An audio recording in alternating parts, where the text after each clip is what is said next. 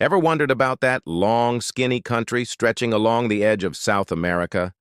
That's Chile, and its story is as dramatic and breathtaking as its landscapes, from the driest desert in the north to the glacial fields in the south. Let's journey back in time and explore the incredible history of Chile. For thousands of years before any European ships appeared on the horizon, this land was home to various indigenous peoples. In the north, cultures like the Aymara and Atacama thrived in the harsh desert. Further south, the Mapuche people fiercely defended their territory, developing a reputation as resilient and unconquerable warriors. The mighty Inca Empire even expanded into northern Chile, but they never quite managed to subdue the tenacious Mapuche. Then, in the 16th century, everything changed. The Spanish conquistadors arrived, led by figures like Diego de Almagro and later Pedro de Valdivia, who founded the capital city Santiago in 1541. What followed was nearly 300 years of colonial rule. Spain sought to extract Chile's mineral wealth, primarily silver and later copper, establishing a society with a rigid class structure. But the spirit of independence was brewing, fueled by the Mapuche's ongoing resistance and new ideas of liberty spreading across the Americas. The early 1800s were a whirlwind. On September 18, 1810, a date now celebrated as Chile's National Day, the first government junta was formed. This kicked off a long and difficult struggle for independence. Heroes like Bernardo O'Higgins and José de San Martín led the fight, and after years of battles, Chile finally secured its independence in 1818.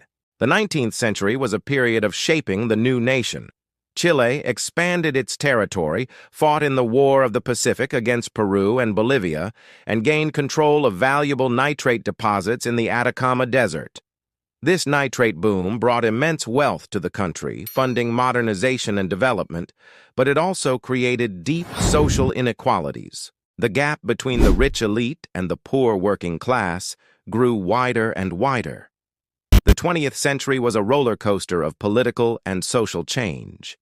In 1970, Salvador Allende was elected, becoming the world's first democratically elected Marxist president. He launched a program of sweeping social reforms, including nationalizing the copper industry. His presidency was highly polarizing, both within Chile and internationally during the Cold War. This period ended abruptly on September 11, 1973, with a military coup led by General Augusto Pinochet.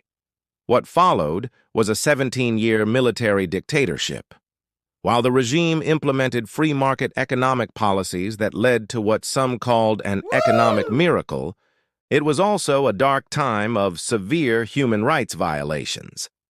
Finally, in 1990, democracy returned to Chile.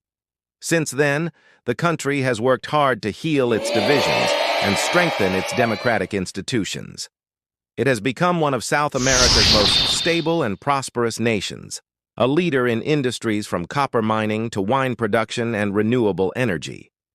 From its ancient indigenous roots and fierce resistance to Spanish conquest, through a turbulent path to independence and modern democracy, Chile's history is a powerful story of resilience, struggle, and transformation.